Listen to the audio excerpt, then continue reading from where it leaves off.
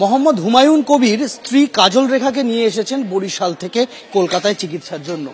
শুধু তিনি নন, তার মতো আরো অনেকে এসেছেন। পিতামাতা হওয়া এখনো কি স্বপ্ন? অ্যাপোলো ফার্টিলিটির সাথে আপনার পিতামাতা হওয়ার স্বপ্ন পূরণ করুন। বিনামূল্যে পরামর্শের জন্য কল করুন 9953922843।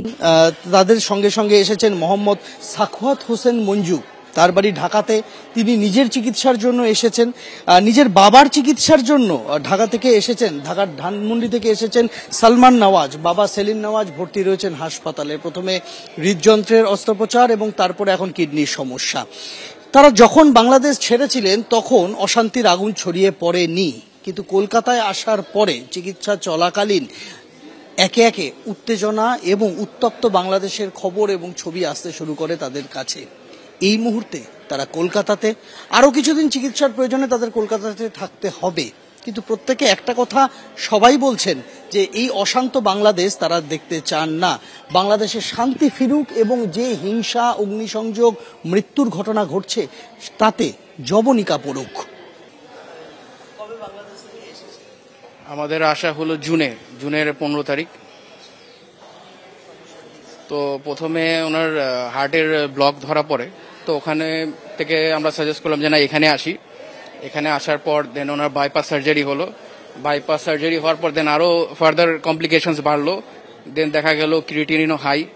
তো এটাতে ডক্টর আমাদের সাজেস্ট করলো যে ডায়ালিসিসটা স্টার্ট করতে। দেন ডায়ালিসিস ফার্দার এখন চলছে আর কি। তো আমাদের ফিউচারে প্ল্যান আছে কি কিডনি ট্রান্সপ্ল্যান্টের দিকে আগানো।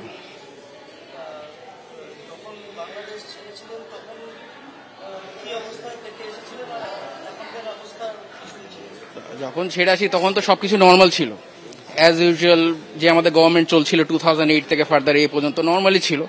তো আমরা কোনোদিনও ভাবিনি যে এটা এইসব মানে চেঞ্জ হবে। তো এখন যা ফার্দার ফেসবুক ইয়েতে দেখা হচ্ছে যে আমাদের গভর্নমেন্ট চেঞ্জ হলো, মানে ইট ওয়াজ আ বিট শকিং আসলে। আমার বাড়ি হচ্ছে ধানমন্ডি, ঢাকায়। হ্যাঁ, এটাই। আর সবকিছু এখানে বসে বসে দেখতে হচ্ছে আর কি। তারপর আমার ওখানে ফ্যামিলি মেম্বার্স, ফ্রেন্ডস সবাই আছে। তারা মোটামুটি সবাই কম বেশি প্রবলেমে, কেউ কাজে যেতে পারছে না, আর কি ইয়ে করে। তো এইটা জিনিসটা ছিল যে একটা প্রোটেস্ট ছিল। তো প্রোটেস্ট থেকে যে এইভাবে যে ফল হবে এটা আসলে কেউ ভাবেনি।